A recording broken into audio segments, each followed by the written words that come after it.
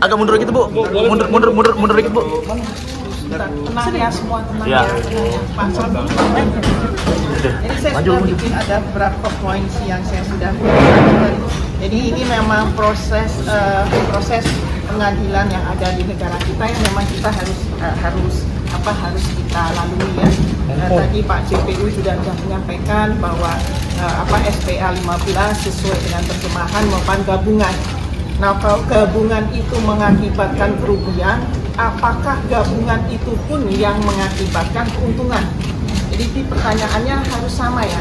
Kalau yang gabungan itu mengakibatkan kerugian, apakah gabungan itu pun yang mengakibatkan keuntungan? Nah, kalau tadi dibilang bahwa karena Pertamina rugi 113 juta dolar, apakah kalau karena Pertamina rugi 113 juta dolar itu merupakan keuntungan bagi Corpus Christi? Apakah keuntungan yang 91 juta yang Pertamina sekarang alami merupakan kerugian bagi Corpus Christi? Ini harus sama ya ininya ya. Terus tadi kalau misalnya disampaikan bahwa bahwa tidak ada back to back segala macam. Sekarang saya tanya, pada tahun 2013 dan 2014, apakah saya bakal tahu bahwa RBMB itu tidak akan jalan? Apakah saya tahu di tahun 2019 itu dan 2020 itu akan ada pandemi? Kan saya nggak tahu, ya itu aja.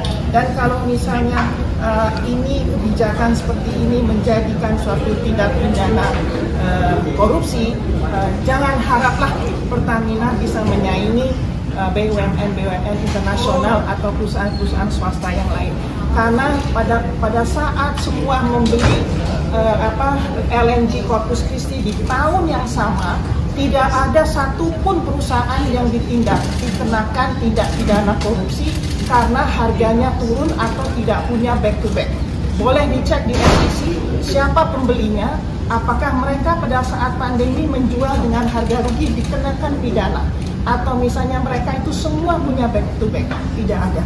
Jadi ini memang anomali yang terjadi di negara kita yang kita harus lalui. Ya.